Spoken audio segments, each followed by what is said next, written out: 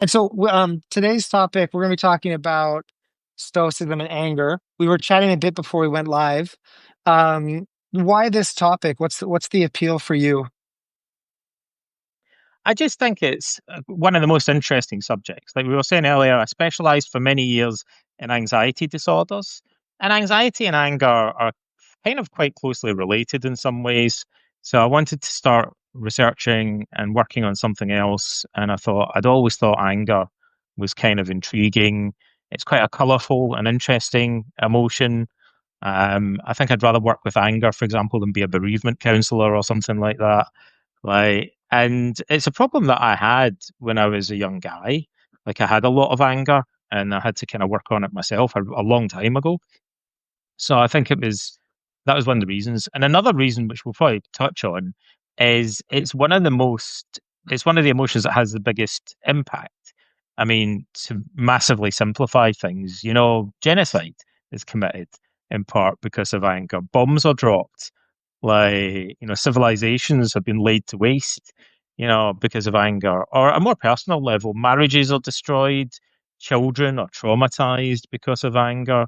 Like, it potentially has more of a social and interpersonal impact, and we see it all around us all the time.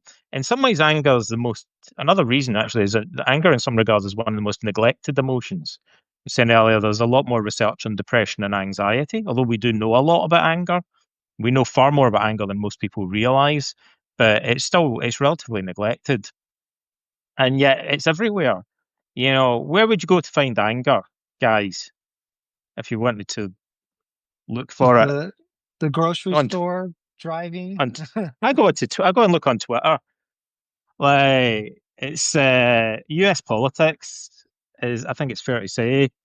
Like, I can't turn on my TV without being confronted by a lot of Mhm. outrage and anger and division and all that kind of stuff. And I think everybody is a bit sick of it, to be honest. Like, I think most people think it's obviously a big problem.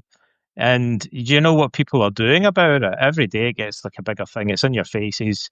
What do we do about it? Make it worse. Nobody does anything Mhm. about it. Virtually nothing.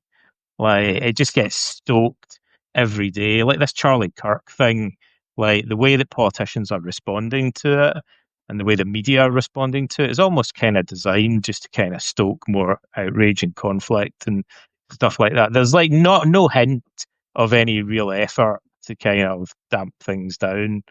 Like, so it's the complete opposite, really.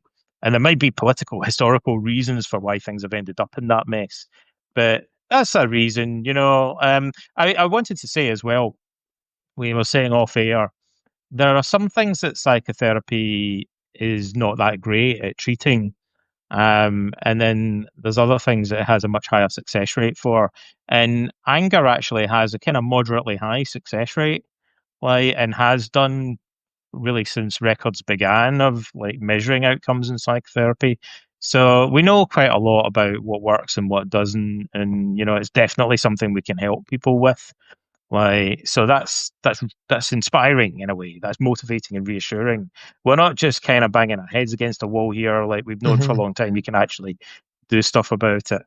Well, I'll tell you about one of one of my most favorite controversial research studies. There was a Let's do it. study done in, Let's let's also do get it. into let's also get into what we're talking about when we talk about anger. Like what's the Stoic What conception is of it? anger? The Stoic conception of anger is surprisingly similar to the definite, like in the ancient world, they had it may come, first of all, a caveat. It might shock many people to realize that psychotherapy existed in the ancient world. Many people think that Sigmund Freud invented psychotherapy, which is, completely wrong on several levels. Freud himself studied psychotherapy. Psychotherapy in its modern form had been around for at least half a century before Freud even appeared on the scene. But psychotherapy existed in the ancient world. They called it therapy of the psyche. And there are many references to it. It was like a branch of philosophy. Entire books were dedicated to it. Most of them are lost, unless you count On Anger by Seneca, which could be classified as an entire book on Stoic psychotherapy for anger. basically. And we have examples of the Stoic consolation letters and Plutarch's consolation letters and stuff like that as well. But what I was going to say, in the ancient world, the Stoics were the sect of philosophers most associated with psychotherapy. They aligned themselves most with it. But all the other schools dabbled in it to some extent. And not only did they have psychotherapy practices, but they had a theory of psychopathology. They had a theory of cause and cure. And so the Stoics had a definition of anger, which is anger is a desire for revenge. And that definition is stunningly similar to the definition of every other school of ancient philosophy, as far as I'm aware. The Platonists have a similar definition. The Aristotelians have a pretty similar definition. Like, we find it cropping up in other kind of more obscure philosophers. I think pretty much all of them shared a similar definition. And one interesting thing about that, we're kind of touching on another deeper, wider subject here, which is that some people might today think that's a surprising definition of anger. That isn't, the go-to for most people today. Although there's actually some research that's surprisingly consistent that desire for revenge is a recurring, it's qualitative research that shows it's a common theme, like in studies on the subjective experience of anger, even today. So it's kind of neglected in modern research as a component of anger. There are reasons for that. But there's a bigger point I want to make here, which is, and it's probably a good point to make at the beginning, when you start talking about anger and you start kind of challenging it and stuff like that, there's something that changes the game, which I found and other researchers have found the same experience, which is most people have a kind of dyed-in-the-wool conception of anger and its role in psychology and its role in society. We have a folk psychology of anger, which, shock horror, might be wrong. By folk psychology, that's what philosophers and psychologists call everybody's default assumptions about how certain things work, how emotions work, how the mind works, and generally speaking, it's not great. We haven't spent a lot of time refining it. It could be said to contain certain flaws or oversimplifications or mistakes, but it's quite ingrained. So most people, in the very language that we use when we talk about anger, we have quite entrenched opinions about what it is, what function it might perform, the kind of pros and cons of it.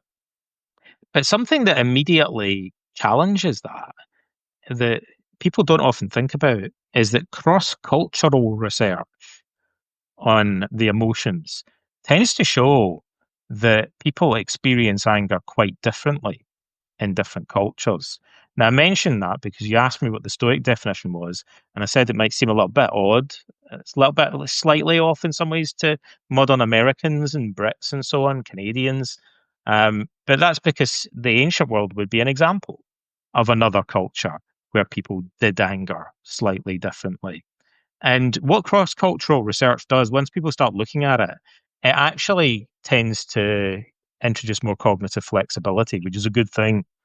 So people start to think, maybe all my assumptions about anger are a little bit arbitrary, maybe anger could function differently or be viewed differently, or maybe it could be experienced differently.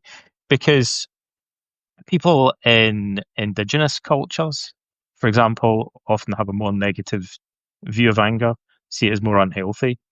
The Buddhists and Stoics traditionally thought all anger was unhealthy, which is quite different from the way that we view it today. And I would even go as far as to say, to shock horror, that Americans have a slightly different set of assumptions about anger than perhaps Brits and Canadians and other people in the Western world. And I think there are modern historical reasons for that, which maybe we can delve into, like in the political history of the US, that shapes certain attitudes that people have towards anger. But for obviously in Eastern cultures, there tends to be a more negative view about anger, and people experience it in a slightly different way. And so it shouldn't be a surprise when we look at the ancient world to discover that they see it as from a slightly different lens. Although, like I say, there are things that we can definitely recognize. Most people might say, well, maybe desire for revenge is a kind of factor in it. I should explain one reason why that's different. There's a whole long story here, but historically, in terms of the cultural history, we tend to suppress anger a lot more perhaps than some people did in the ancient world. And particularly women, there's a huge gender difference in the way that people experience anger. Men are more likely to exhibit verbal aggression. Displays of physical aggression are relatively rare, funnily enough, in Western society. And anger, like this, is a big problem. It's too common, but it's not how people normally manifest their anger. Like what people normally do is they'll snap at people and be a bit rude to them. They'll maybe be passive aggressive, which in some ways, being passive aggressive is a more serious problem. It's the insidious face of anger. It's like, I'm not just going to snap at you and call you bad names, but, if I'm your boss at work and I have a burning resentment towards you, I might sabotage you for the next decade, of your life and, make your life hell without you even realizing it. So in some ways, passive aggressive behavior is actually more sinister and could be more damaging in certain regards. But women often, the research shows, tend to internalize their anger more than men. So they'll suppress it a bit more or they'll ruminate a little bit more. And sometimes where the desire for revenge actually comes out isn't so much challenging people to a duel, right? That tends not to happen as often these days, or running someone through with your spear, like in the Bronze Age or whatever. But people fantasize about revenge. They go, I wish I'd said this and humiliated that guy. It's often social damage to social status. I wish I'd taught that guy a lesson, taken him down a peg or two, given him a piece of my mind, or fantasizing about getting back, payback, getting back at people in other ways. But there are different types of anger. So as we were talking, we'll maybe distinguish between a few subtypes. So desire for revenge is how the Stoics conceptualize it. And then, so I mean, my question is, what is revenge in that case? I mean, is that just getting somebody back? Is that just hurting somebody? Is that, an eye for an eye? So that's my question is, what Yeah, is revenge? And then you said it's surprising. I think I'm so steeped in the Stoic way of thinking about yeah, it that it's like that I have that, I yeah. see that same definition. How do you think other people think about it today that maybe makes that definition surprising? I think people view it less in terms of the desire for revenge, but if they kind of reflect on it, I think again partly because of the tendency to suppress like overt displays of aggression and deny it to some extent. So people, well, let's go. Okay, approach it this way. Maybe a good place to start is, what do people typically believe? What is the folk psychology of anger, right? So the folk psychology of anger, I love because it's kind of stupid, right? And it's kind of what everybody believes, and even like I and everybody, we all think in terms of this model because it's kind of baked into our language. It's the default view of emotions. So people tend to think of anger as if it's kind of force or energy. Like I tend to say that most people assume a hydraulic model of emotion, like it's like water pressure building up or something like that. It's like a force that builds up within them, and they tend to compartmentalize faculties of the mind. So most people think they've got reason over here, and then they've got their desires and emotions over there, and anger is building up, and their rational mind is observing it, thinking, "Oh, like how am I going to control that?" That's why we get books on controlling anger management and stuff like that. Mm. So this is baked into the idea that there's a part of us kind of Platonic, influenced compartmentalizing or partitioning of the mind. So we think reason is kind of observing this feeling building up in us, and then what do we do with it? It gets vented in the form of aggression, and we kind of get it out of our system, like releasing the pressure, like letting off some steam. There's places you can go to hire a baseball bat, right? And you smash up a lot of crockery and all that. I'm sure you've seen that kind of thing. And there are whole therapies in the 60s built around that, where people would go in a parking lot with a baseball bat and hit a pillow, like, and this kind of stuff, cathartic or venting or abreactive therapy, are all the different names for it. And some people think that this buildup of energy you could also push down or kind of suppress somehow, or you could channel it into going and pumping things in the gym. Like you could go and work out and do something kind of constructive with it. And that's a very simplistic model. So a couple of problems with that view of anger are, number one, that these strategies don't actually work, right? So there are many, many coping strategies or techniques, if you like, studied in the field of psychotherapy and stress management. And the one that has the most checkered history out of them all, perhaps, is venting or catharsis. And particularly in relation to anger, it's been studied over and over again. And consistently, the research tends to show that venting anger doesn't purge it out of your system, like you're letting out steam. And in some cases, it actually makes it worse, right? And so there's something deeply flawed. Like, so fundamentally, people think I've got this buildup of anger. If I could just get it off my chest, then I'd feel better. But doing that in some cases actually seems to be counterproductive. And so potentially channeling it into activity in the gym, depending what you mean by that. Like if what you mean is going to the gym and kind of ruminating about all the things that pissed you off and using that to kind of get you motivated and focused and producing more adrenaline, that might just be reinforcing your anger, unfortunately, right? So you're going to become more. That's why, because if catharsis worked, the movie Raging Bull would be pretty boring. What's his name? Mike Tyson would be a big cuddly bunny rabbit of a guy. Like, without, he'd be the chillest guy. He'd be like Bob Marley to talk to, right? Um, but actually, research shows that often people who engage in violent sports or kind of like violent activities often have higher baseline levels of anger and aggression. Maybe some exceptions to that, like maybe some martial artists like experience it differently. But venting doesn't seem to work that well as a way of coping with anger. So one reason for that would be that anger isn't just like a blob of energy or a force that builds up within you. It's a and reason and the emotions aren't two separate things. Like no modern neuroscience kind of views the mind in such a kind of compartmentalized and simplistic way.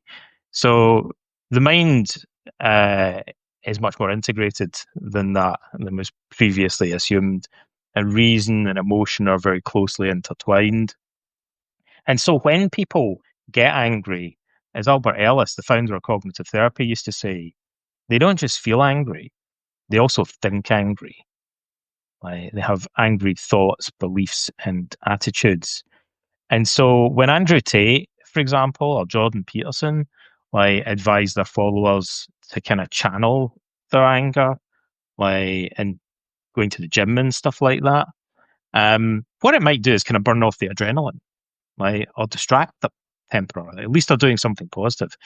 But it does absolutely nada, potentially, to change the underlying beliefs, attitudes, and values that made them susceptible to losing their temper in the first place. So if you have a sense of entitlement, for example, and you ask a girl out on a date, to take John Peterson's example, and she rejects you, right? Then going to the gym and venting that anger, channeling it into something constructive is going to not really do anything to change your sense of entitlement. It's not going to prevent you from getting angry again when the same thing happens in the future. It would be better, to think of anger not just as this kind of welling up of energy, but to think of it more in terms, more holistic terms, and particularly in terms of the underlying attitudes and beliefs that made you angry. Yeah, I think this is related to one of the misconceptions people have about Stoicism, many Stoics perhaps as well, where they see this division between reason and emotion and think, oh, what's Stoicism about? It's about prioritizing reason, that aspect of yourself. over. And that leads them to think it's kind of about suppressing emotions or eliminating them or something like that. But the Stoics, that's because the Platonic theory of the mind, which carves it into three parts, in a sense was so influential. Freud, in a way, resurrected a model that was kind of influenced by that. But this idea that the mind can be divided into faculties or parts was rejected by the Stoics. It was fundamental to their opposition to the Platonic school of philosophy. And it's also, after Freud, first of all, a lot of Freud's own followers started to question his theory of mind. They thought it was compartmentalizing things and fragmenting the mind too much. So even many of the psychoanalytic theorists started to question this. And then you have the Gestalt psychotherapists who completely rejected that and, really focused on introducing a much more holistic model of the mind, and the phenomenologists and existential theorists in psychology that thought it was really important to introduce this more kind of unified, holistic understanding of the mind. There are many problems with viewing the mind in this way, but it kind of creates this weird situation where people think of reason as being struggling against this other part of them, like where the anger is, rather than thinking, as Ellis said, maybe your anger has to do with the way that you're reasoning and the beliefs that you've got and your style of thinking. You're doing angry thinking, you have angry beliefs, right? If you think anger is like this feeling that wells up over there, you're completely ignoring that fact. You have a blind spot for it. And it creates this illusion that people feel like they're observing their anger from a kind of distance in a way. And they're kind of Plato compared it to a charioteer controlling two horses, right? So the charioteer's like completely rational, and the horses are kind of wild, and he's trying to keep control over them. And so people think of anger management, or emotional self-regulation, and so on. And that way, that's the model that they use. But actually, the Stoics would say the charioteer is angry. Anger pervades your entire psyche. It's a whole way of being in the world. The Stoic passions aren't things that happen in a corner of the mind. They're states of being. They're states of the mind as a whole. And that means, they corrupt our ability to reason. We're not thinking clearly when we're angry.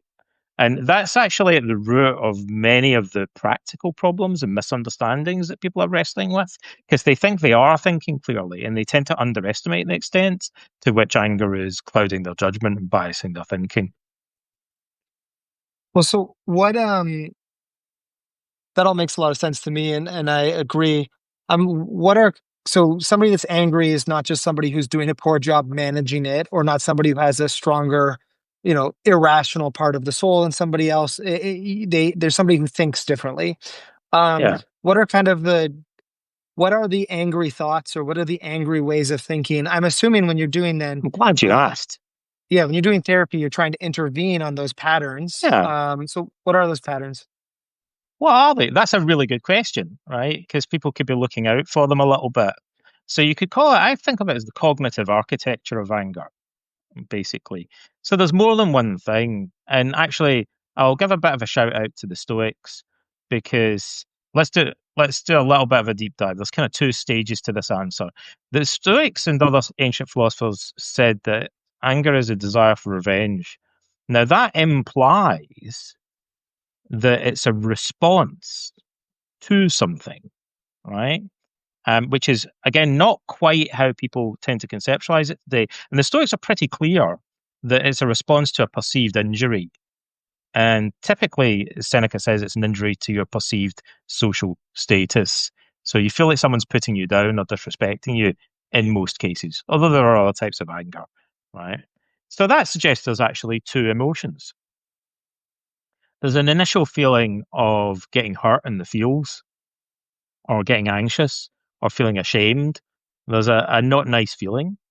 And then anger is a secondary emotion that in some ways, shock horror, might actually be more like a coping strategy than a primary emotion. And so actually many clinicians would say it's quite useful, to rip up another part of the way that we normally think of anger, and start to think of anger less as an emotion, more as a coping strategy.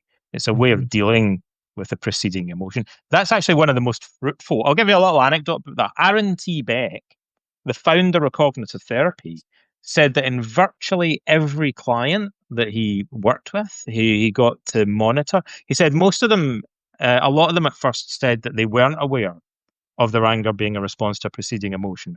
But Beck used to train people to scrutinize their experience and record it meticulously, observing, looking out for the initial automatic thoughts that preceded the emotion. And he said when he did that, virtually all of his clients reported back that they noticed there was a preceding emotion that anger was responding to. Now, I'll be blunt about it. Okay, but I'll give you a kind of bit of a spoiler, I suppose. You could say, well, what sort of emotional coping strategy is anger? Well, it's a fairly safe bet that it's a form of avoidance, right? So you could also conceptualize anger very simplistically, kind of like a distraction technique in a way. Like it's a way that we distract ourselves and avoid experiencing an initial painful emotion in many cases. And the ancient Stoics seem to be very aware of that.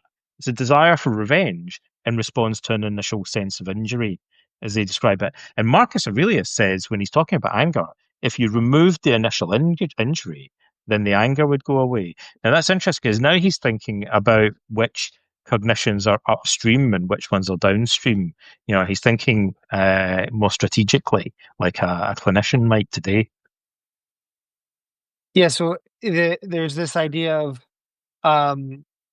you've been harmed, but the difference between an angry person and not angry person is maybe that Marcus Aurelius put is like the amount of harm you perceive. Well, If someone who's constantly seeing themselves as being harmed is probably going to have more reasons to be angry. And then another point then is how you respond to that harm. Yeah. So, do you require revenge?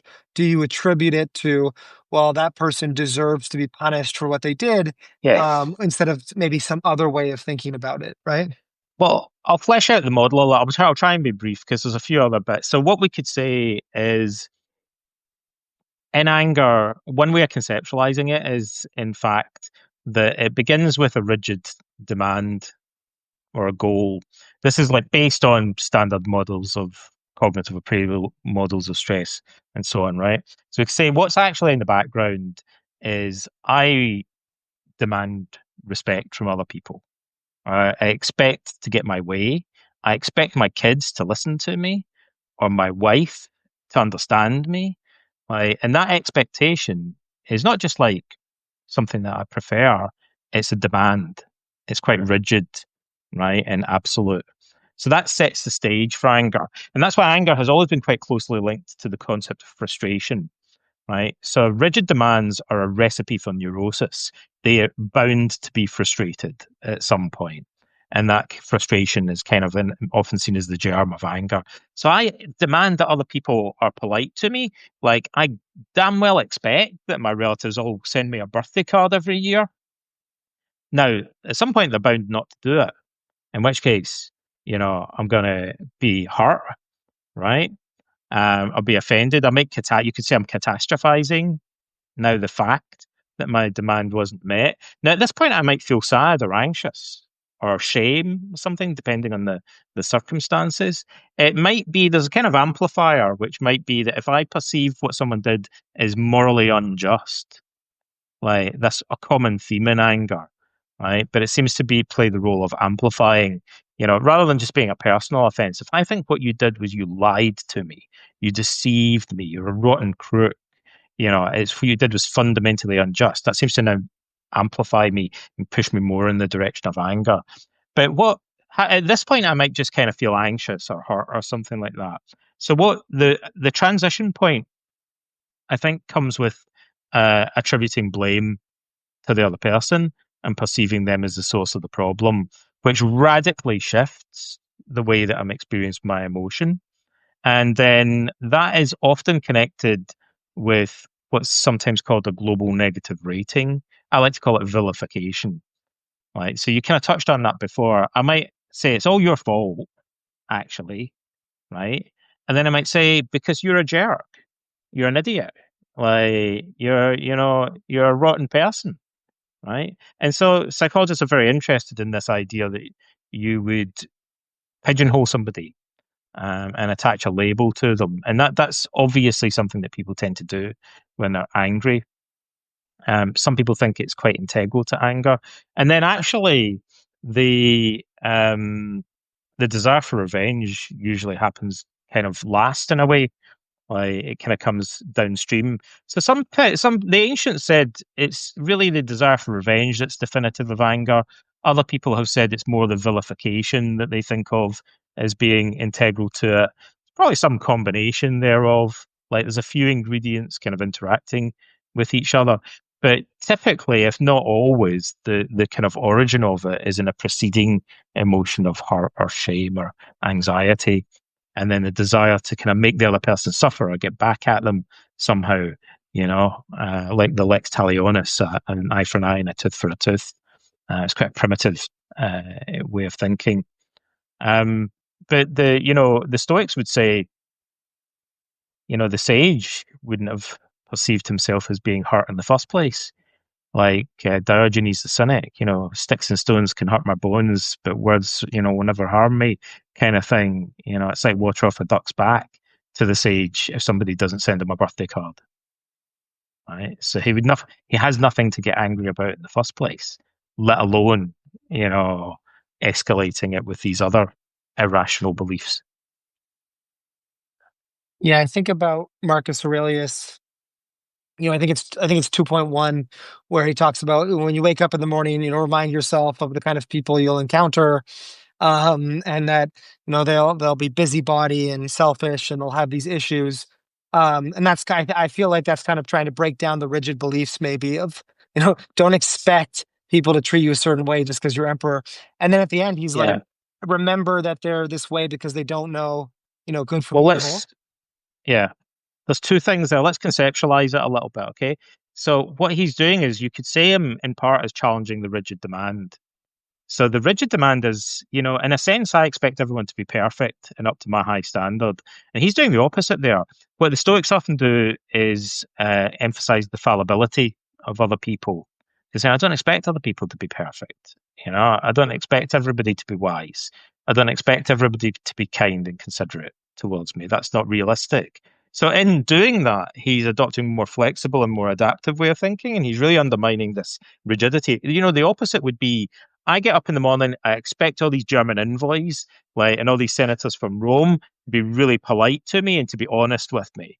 And if they're not, that's just unbearable, and it means they're complete jerks. That would be the opposite of what he's doing. And then the other thing he's doing that ties in a bit, but I guess we could phrase it in a slightly different way. Like you said, he's saying, they don't understand the nature of the good, so that because they're unwise, right? So like Socrates said, no man does evil knowingly, and therefore no man does evil willingly. So Marcus is countering what we call hostile attribution bias there. Like people that are prone to anger, well, if somebody doesn't send them say why, like if you didn't say, Michael, if you didn't send me a Christmas card or a birthday card, what could be the reason for that? I could have forgotten. Maybe you Something just else could have forgot. been, yeah, Yeah, something else was going on. maybe you didn't realize how important it is to me, right? Mhm. Or something like that. Or maybe I come to think of it, I didn't send you one, right? But if I'm angry, I have a cognitive bias potentially called hostile attribution bias that makes me primed and more likely to think you did it to try and hurt me. Like you did it out of malice. Like you did it because you're a jerk. That's why you did it, right? So I'll tend to attribute to malicious intent on your part. And Marcus is countering that directly by saying, these people are not perfect. They're not wise. So I shouldn't expect them to completely understand the implications of everything they're doing. They're not doing it out of evil or malice. Well, the Stoics generally are more likely to interpret other people's vicious behavior or offending behavior to attribute it to ignorance. rather than to malice. Which that's one way of dealing with it, and that definitely tends to diffuse anger. Um, you know, it really integral to a lot of anger is blaming other people and viewing their actions as the result of deliberate malice. Yeah, that makes a ton of sense to me. And then I was going to push it even further. At a risk of, I don't want to say, oh, you've got this framework and Mark isn't doing this exact thing, but it also seemed he also has that line about, we're all part of the same, I'm paraphrasing, but we're all part of the same family. Like we're all humans, we're all connected by reason. And that could be this like desire, attack the desire for revenge as well, right? Like, why would I want to attack a Yeah, part of myself? Why would I want to attack a part of my family? There's at least parts of each of those. I've never thought about, and I wrote yeah, that down, like less rigid beliefs, less attribution of blame, less desire for yeah. revenge. Seems like he's hitting all of those. He has. There's another passage. 2.1 is very important, but there's another passage that's very explicitly about anger, and it's 11:18, and he lists 10 separate cognitive strategies for coping with anger, and it's remarkable. I've talked about it a lot, so I'm not going to talk about it as much today. But in those 10 strategies, you can potentially see him as targeting most of or perhaps all of the different cognitive components of anger. The Stoics also use behavioral techniques to deal with anger, like postponement and stuff like that. But here he's only talking about the cognitive side of Stoicism, and he's got 10 strategies. That's a lot, right? Actually, one thing I'll say about that is I'll make a speculation that might surprise people. I'll stick my neck out, right? I taught psychotherapists for many years. I often say if I stood up because this is exactly what I would do. I would stand up in front of the class with a whiteboard and I'd say, okay, guys, how many cognitive techniques can you think of for dealing with anger? And we'll write them on the flip chart, right? And I think in a room full of like 30 people, clinical psychologists and therapists and stuff, they'd maybe come up with 4 or 5, unless we want to stand around all day, you know. I think they definitely wouldn't come up with 10. I'd be kind of amazed if they actually come up with 10. They come up with different versions of the same thing, but I don't think they'd come up with 10. He has 10 distinct strategies that clearly say distinct things, right? Now, the odd thing I'll say about that is I that really puzzled me, and I thought, what kind of guy would be able to do that, right? Something doesn't kind of quite gel about this, and I thought somebody who can classify a range of techniques like that, I'd expect that to be a researcher or a professional teacher, like some kind of academic expert, like on the subject. Marcus Aurelius was not. Right. So normally, if you've got anger problems and I give you an anger management book and it's got 10 techniques in it, do you know what you're probably going to do? You're going to probably pick the 2 or 3 that you like the best and that work for you, and you'll use those and forget about the rest. Right. It's that's normally what people do. Like you wouldn't expect people to use all 10 of them. And not only does he list 10, he keeps returning to selections from the list throughout the rest of the meditations. Like he genuinely really understands all 10 of these techniques. So Marcus Aurelius, it seems to me, has this kind of professional level of understanding that's quite remarkable of the range of therapeutic techniques. That's genuinely surprising to me. And the only way that I can explain it is that I think he probably knew somebody who is like an expert on Stoic psychotherapy, And if I had to guess, I'd say maybe it was Junius Rusticus, or somebody that he was really close to and spent a lot of time with, that actually maybe had written a book about the subject and lectured on it and studied it systematically, because he didn't develop that level of understanding by chance. I can promise you that. Like, you don't get that. You're people that are listening to this video, many of them will have bookshelves full of self-help books, right? And they've probably gone on lots of workshops and stuff. But if I asked them to give me a range of 10 different cognitive strategies for coping with anger, I think they would struggle, right? In my experience. So he has a level of understanding that's really quite remarkable. And it touches on most of these different cognitive components of the problem. So is there something else? Well, what are kind of the key lessons from Marcus. So we've established, he's an expert on this or has this really impressive understanding. What are there some, you could pinpoint some insights that he shares that you think are really valuable or maybe neglected today? There are some things that are quite hard to understand but I think he's onto something. And then there are other things that are more obviously related to the way that we would approach the subject today. For example, let's see, a big part of it, like Marcus obviously says, when you're angry, tell yourself it's not the other person's behavior that offends you, but your opinion about it. So he just paraphrases Epictetus, right? So we call this verbal diffusion or cognitive distancing. There's lots of different names for it in psychology. But this ability to shift your focus onto your own mental activity and become self-aware of how you're generating your anger through your opinions is very robust. We know from many research studies that this is a very flexible and robust way of dealing with emotions, including anger. Other things he does that are less well known are he does a big component of anger is we said earlier that anger is a state of thinking as well as feeling. So one of the cognitive biases is that we know that angry people have impaired, generally speaking, they have impaired problem solving and decision making ability. And the obvious reason for that is that they tend to not be very good at evaluating the consequences of their actions. So the clue is angry people often do stuff and then regret it afterwards when they've calmed down.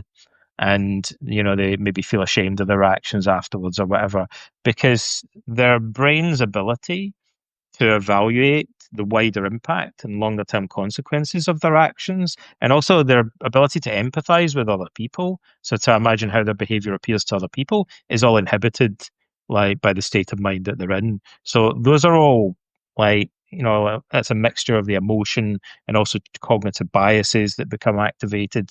So Marcus says to himself, what does you more harm, your anger or the thing that you're angry about? Which is a kind of a way of addressing that. Basically, it's also a way of shifting the focus of attention more internally.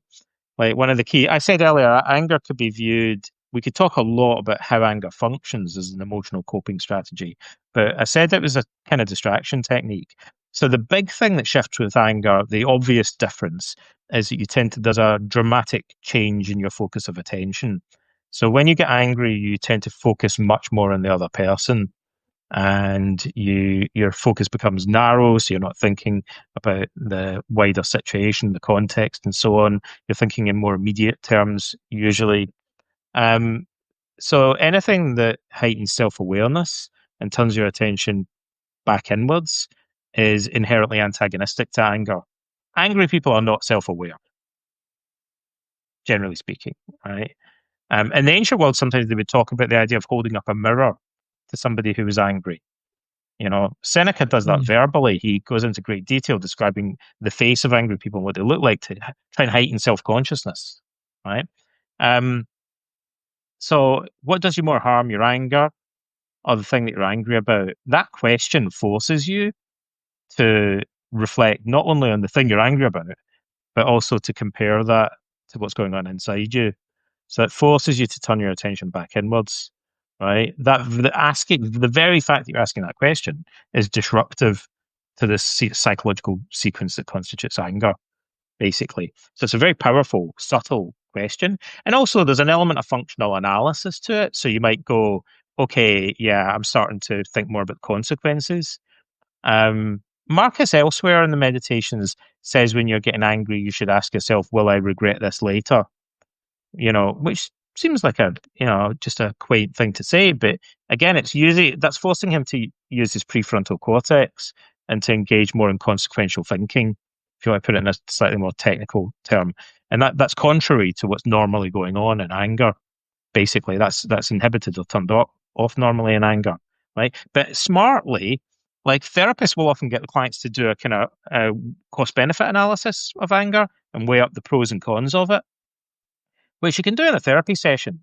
But when the red mist descends and somebody's losing their temper, they're not going to say, hang on a minute, well, I just get my flip chart out and I weigh up the pros and cons of punching this guy in the face.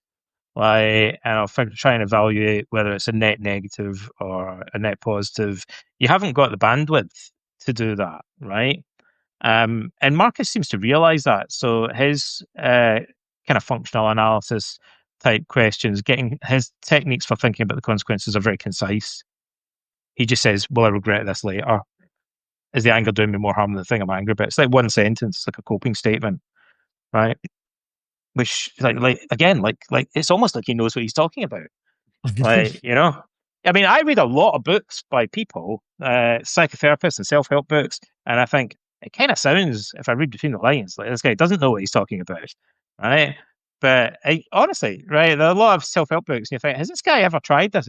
Like, I hate to pick on Jordan Peterson all the time, but I kind of think some of Jordan Peterson's advice, I sort of think, has this guy ever been in a fight?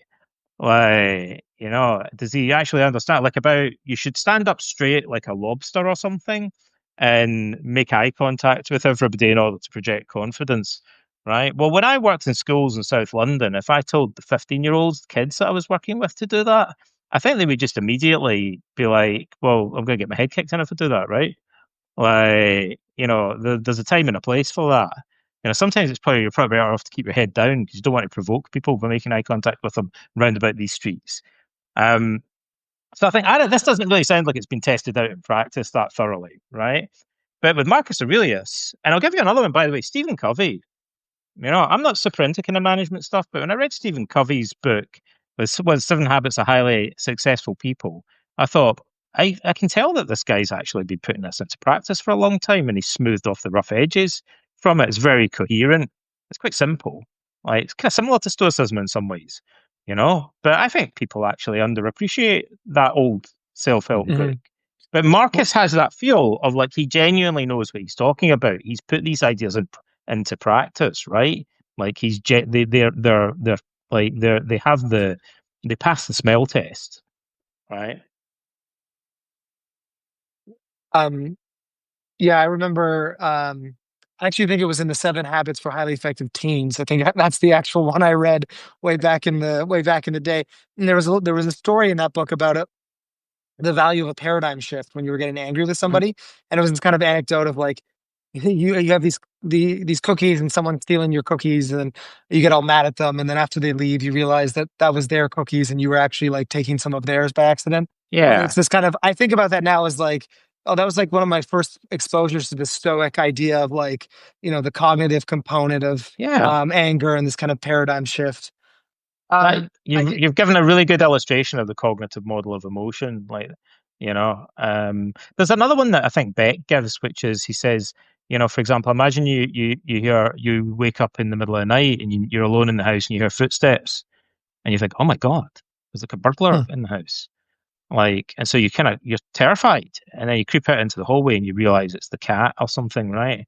And then of course your anxiety is gonna it won't disappear immediately, but it'll go away pretty quickly. Why did it go away? Because you went to the gym and channeled it and pumping things or whatever? No, like because you vented it or something? Because you suppressed it? No, because your cognition's changed, right? Like Yeah. your anxious thinking, your catastrophic thinking went poof because you realize it was just a big mistake. Like, and then the anxiety might take a little while for your heart rate to go back down, but your anxiety is basically going to go away unless you start worrying about something else. So I think that's a very important example. Yeah.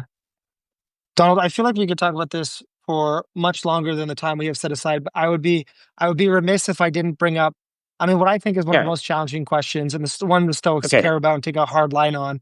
Is there Yeah. ever a time when there's healthy anger? This is my And, favorite question. Yeah. All right. So I've got enough intellectual humility to say that I don't know for sure. Right. And I think that it partly depends on how you define anger. So part of the problem is that people I said earlier, there's different types of anger. It's a little bit of a fuzzy cultural constructed concept. It's different in different societies. So people may have slightly different definitions of it, right? What you call frustration, I might call anger, and so on, right? But I generally lean towards the Stoic and Buddhist view, or traditionally the Buddhist view, which is that basically all anger is kind of unnecessary and pointless, which might surprise a lot of people. I think the I could talk for hours and hours about this, right? But the benefits that people attribute to anger are usually there's only a few. Like it motivates them to fight injustice is probably the main one. Or the other one that you get from therapists is it's like a message, like tells you something, Mm-hmm. like that someone's mistreating you or something like that. I could talk all day about this, but I think both of those perceived benefits are flawed interpretations. And also, what they ignore, and this is so weird. Like I've read some books by quite famous academics, very highly regarded academics, discussing anger. And the way that they evaluate it is they talk about the benefits and they don't do a cost benefit analysis. You think, hang on a minute, buddy. If you're going to list the benefits of something, you have to list the costs as well. And then what matters would be whether it's a net, like not the gross benefits, but the net benefits once you've deducted the costs from it, right? So it might be that anger motivates you, but if it also gives you a coronary heart attack, then the net benefit might suck, right? And you'd be better off doing something else instead. Okay. So you have to kind of look at it in a slightly more rounded way. But I would say even the perceived benefits are inherently flawed. So a couple of things about it. I'll do this really fast, right? So the idea that it sends you a message. No, what you get from anger is more like propaganda than a message, right? It's a distorted message, right? So you can extract information from it, but you can't usually take it at face value. And also, like I said, anger typically is a secondary emotion. So it's a Johnny come lately on the scene if you actually observe it closely. What the message is coming from is the initial threat appraisal that preceded the anger. And actually, the anger is masking that, like, and clouding the issue, right? So it's the thing that came before the anger, if anything, that has got a slightly less corrupted message in it that you might want to look at. And that same objection actually applies to the thing about motivation. So there's two things I'd say about motivation. Anger basically causes you to release adrenaline, right? And that'll motivate you for like 20 or 30 minutes, right? And then your body starts to produce cortisol, and then you get the crappy effects of like longer term stress, right? And you can kind of try keeping doing that. So it's like you keep like pumping out more adrenaline, but you get diminishing returns from it, and it has some quite negative like health effects over the long term. There's a well established correlation between cardiovascular disease, very robust correlation between cardiovascular disease and anger, mainly because anger increases your blood pressure more than any other emotion. And that's partly because it increases your muscular tension more than any other emotion. But the idea that it motivates you, so let's say it produces adrenaline, right? It's not the anger that produces the adrenaline anyway, it's the initial threat appraisal.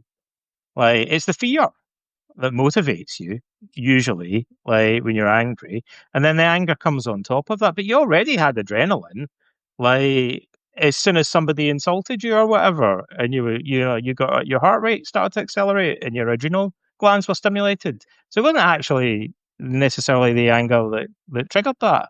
It's probably the emotion that preceded it. But also, this is my final rejoinder to that for now. There's a meme on the internet that says, drink coffee, do stupid things faster and with more energy. That's what I think this argument about anger motivating you sounds like to me. Because the costs of anger are that it dramatically impairs your decision making, problem solving. It tends to lead to crappy decisions in general. So it gives me some motivation, but it makes me crap at decision making and makes me do stupid things, right? So to me, you might say, well, those disadvantages outweigh the benefits of the motivation. Not only that, it's a particularly toxic combination. So to be highly motivated but stupider sounds like a recipe for disaster to me. Yeah. Like it sounds like you probably want to be less motivated and sit down and be quiet for a minute, like until you've calmed down and you're no longer thinking about things in such rigid black and white and kind of catastrophic terms in many cases. You might want to take a time out instead of having an adrenaline rush and rushing into action when you're not thinking straight. Angry people tend to underestimate risk, right? Which makes them dangerous to be around, you may have noticed. Like, it's well documented that angry people are reckless and impulsive because they underestimate risk, right? So they expose themselves and other people around them to more danger, right? They'll get you killed, like, in some situations. So we don't want them. It's anger almost is like doing a line of cocaine, right? Why would you want to, in that situation, give somebody an energy boost and make them more motivated on doing stuff that they're probably going to regret afterwards? That I think is part of the problem with the perceived benefit of motivation. The other thing is that people say it concentrates the mind and focuses attention. That's awesome. But the flip side of that is selective thinking. So what you're actually describing is the fact that you're not using your prefrontal cortex properly and evaluating the context and the consequences of your action. You're just kind of like thinking about the immediate situation. That feels great, but that's a recipe for making stupid decisions again. So those are some of the things that I'm being a bit glib, but those are some of the things I think people need to think through. It might be the downside of anger. Well, one of my big takeaways from this conversation is that differentiation between the threat appraisal, the initial harm, and then anger as a response to it, because the typical counterpoint is that there's something kind of unethical about seeing political injustice. There's something unethical Yeah, about, somebody insults or harms your family member and you're not angry. It's like you're kind of failing in your role as yeah, a parent or a sibling but I think there's this way to break this apart where it's like you can evaluate a harm. I mean, yeah, the Stoics have lots of arguments about if that's a harm. It depends on how Stoic you are, but you can evaluate that harm, and then the piece of like, well, that person deserved revenge, but I'm going to now, address this in an angry way, almost becomes an yeah. entirely I'm separate going piece. to make things worse. Like, Yeah. angry people specialize in making problems worse. Is how I would put it. Right? They're real experts at making things worse. I don't know if people have noticed that. Right. So this is partly what you're alluding to here. In part, is this American thing that I think stems from this history of the civil rights movement and the idea that being angry and protesting about stuff is a way to fight injustice. Now, when I mentioned cross cultural psychology earlier, I think part of it is that that's quite an entrenched view in American culture, but it's not a view that's as common in other countries. So in Northern Ireland, for example, it would seem weird to say we should get really angry with the Catholics and really angry with the Protestants and protest aggressively what they're doing. Because everyone would think, no, no, no, everyone needs to kind of like chill out, and be more calm. That's the only way we're going to resolve the conflict. In South Africa, Nelson Mandela said we need to leave our anger behind us, like, in order to understand the oppressor. Because if we view them as our enemy and we have a desire for revenge, we're never going to live in peace. Gandhi said we're never going to be able to free India from colonialism as long as we are aggressive and get angry, and see the Raj, like the Brits, as our enemy. But in America, it was different. And people embraced anger more on this model of it being a motivating tool to express disagreement with injustice. And where did that get us? Right.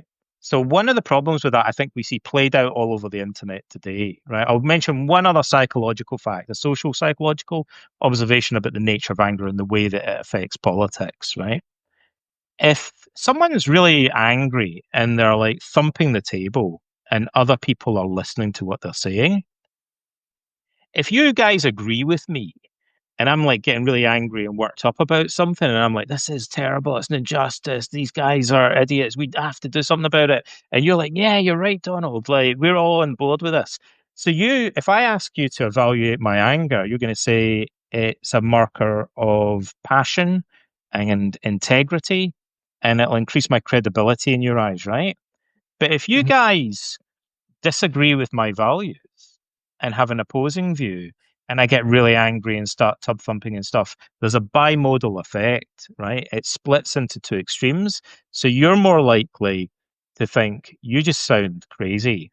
and irrational, and my credibility as a speaker will nosedive in your eyes. And I think that's American politics in a nutshell. Like, and I think one of the best examples of it actually on the internet is not an American. It's probably Greta Thunberg, right? Because the people that agree with her love it when she gets really angry and worked up about stuff because they think it just shows that she's passionate and has integrity and her credibility goes up in their eyes. But then the people that can't stand her and are skeptics about climate change and stuff like that love nothing more than posting pictures of her looking angry on the internet. And what do they say? It means that she's hysterical and irrational, and therefore she has zero credibility in their eyes, right? So the danger is that people in politics use anger because it raises their value among their in-group, right? So Hmm. among other Democrats or other Republicans or whatever, but it creates much more division, Yeah. basically, and it alienates people that don't share your values. And it really, in other words, it's the opposite of Socratic dialogue, right? It prevents you. Do you know what Epictetus said to his students was the most valuable thing they could learn from Socrates? Epictetus loved Socrates. You know, he goes on about him all the time. He tells his students that repeatedly that that's their supreme role model, even above Zeno or Diogenes, Socrates. They should be emulating. He says, you know, the foremost thing that you could learn about him is how to get in a conversation with people without it degenerating into a squabble. That's what he thinks. The main thing they can. It's not like Plato's theory of forms, like or the definition of justice. It's like how to have a civil conversation with people without it degenerating. But anger clearly leads to this bimodal effect, which shatters that like and base completely undermines the possibility of it happening. So I think it's a shame that this view became entrenched in American culture. The anger plays a positive role in protesting against social injustice because it's a big blind spot and it obscures the fact that in many ways it can actually backfire, particularly over the longer time, where people that don't agree with you will start to discount you. Like the Black Lives Matter movement, I mean, again, the people that oppose that, the angrier the protests are, the more people just dismiss it as crazy and irrational, right? You know, clearly. I mean, it's funny because, like in Northern Ireland or, you know, in other countries around the world, people would think, obviously, like, you know, but for some reason, America's kind of fallen into this trap. Yeah. Well, Like, it has you a know, ratcheting type effect, really, where it's almost rational. Where if I see someone who's angry about a cause I agree with, that's evidence that they genuinely do care about that cause. And now that yeah. this has become culturally standard, if I see And it someone who's really, not angry at this, then that they is should be evidence that they don't angry. agree with me. Yeah. So, Yeah. I think to the extent that one can, it would be an excellent cycle to break. But it's certainly, I'll add one more thing about this, right? Which I don't really have time to go into, but this is something that I would speak to a lot of my clients about, right? The fundamental disputation isn't that the costs outweigh the benefits. It's that the perceived benefits are actually paradoxically, ironically, self-defeating, right? In most cases, when you're disputing a belief in cognitive therapy. So people think that anger is a good way of fighting injustice, but it might be actually it's backfiring in many cases and making the problem. It wouldn't be shocking. I mean, again, we'd have to dissect the culture a little bit, but I mean, it's an obvious thing to say that in many cases, anger and aggression just lead to cycles of violence, like, and create more social division. That would be a particularly controversial thing to say. So in many cases, I think people achieve the opposite of what they're hoping to achieve by becoming really angry and worked up about things. I think the right in America love nothing more than when people on the left riot. Yeah. And likewise, people on the left in America love nothing more like than when people on the right get really angry and irate and stuff because they think it's validating and it allows them to completely dismiss the perspective and there's no middle ground anymore. Like, everybody's driven towards like quite extreme positions. So yeah, I think like the realizing that in the long run it's probably not really going to get you what you want. The other thing I mentioned, you mentioned some other examples. I was just going to touch on them very briefly. Like, so I think there were things, slightly different examples, like, for example, protecting your family if somebody attacks them or something like that. So that fundamental distinction that we have to make, maybe I should have made this earlier, is between aggression and anger, right? So usually when we talk about aggression, we're talking about the behavior. And when we talk about anger, we're talking about the emotion. And people typically confuse them and equate them, right? But the irony is that aggressive behavior, in many cases, naturally is not accompanied by anger. So the paradigmatic example of that would be what's called predatory aggression in animals. And we have a clear example of that in the human species, as well as in animals, when people go deer hunting, like, or do engage in other forms of hunting. So if you get like really, really angry when you try to shoot a deer, like, it's not going to help you at all. It would seem ridiculous, right? So to be like a really good hunter, you probably want to be completely calm and unemotional, like, and just focus on what you're doing. And that's the same even in the animal kingdom. Predatory aggression isn't usually accompanied by anger, because anger makes you reckless, impulsive. It clouds your judgment. Like, you need to be really focused and rational, like, and see things clearly, like a sniper, in the military or something like that, if you're going to use aggression effectively. I mean, I think it would be the same in martial arts and wrestling and things like that, right? Like, the example the easy example is Muhammad Ali fighting George Foreman. He said, how am I going to beat this guy? I'll make him angry, right? Provoke him. And George Foreman, threw too many punches and exhausted himself in the first few rounds. And Muhammad Ali beat him, like, partly because he provoked him and made him lose his temper. So aggression, like, often makes people do stupid things. Like, if, for example, it might make somebody who's in a fight drop their guard because you underestimate risk and your focus is more just on attacking the other people. But I'll say one other thing about aggression and about anger to leave you with, right? If you actually look at the evolutionary precursors of it, our emotion of anger has less in common with defensive aggression, where you probably also want to be unemotional, like, and just really focused on getting the job done, right? Or predatory aggression. The thing that it resembles most, and for some reason people don't usually think of this as the analogy, it's more like ritualistic displays of dominance in primate society. It's when chimps start banging their chest and shrieking and stuff to assert dominance. And the difference is, when a chimp is hunting a monkey, like, it's very quiet and it stays out of view, right? Doesn't want to be seen, generally speaking. But in ritualistic aggression, it's completely opposite. You want to be seen, right? And so it's more about, like, I think the evolutionary precursor of what we call anger has got far more to do with social status than it has to do with fighting and defending yourself. It's got very little to do with fighting, actually. Like, there are reasons why it lapses into desire for revenge and stuff like that. But really, it's more about getting people to submit to your authority and apologize to you, and asserting your dominance and getting them to become subordinate to you, essentially. So anger is a big display, right? And the behavior that would be useful in displaying anger and making a big show out of it is often really unhelpful in terms of dealing with a dangerous situation or hunting or something like that. Like, it's the complete opposite in a sense. I'll give you one other little analogy. In the ancient world, wars often were actually more about dominance. So in tribal warfare, often not that many people are killed.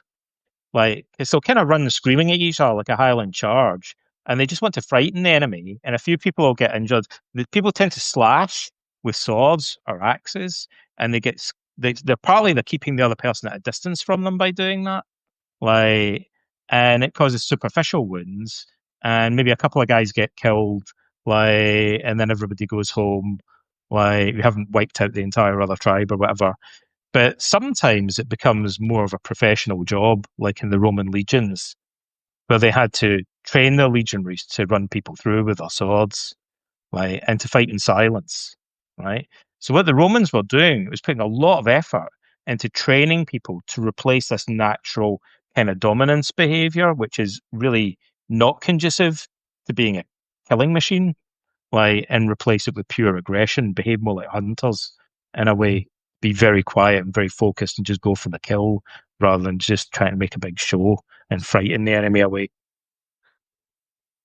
Yeah, great. That That's just left me with a lot to think about. That difference between the kind of the social component of anger, the dominance component, the display.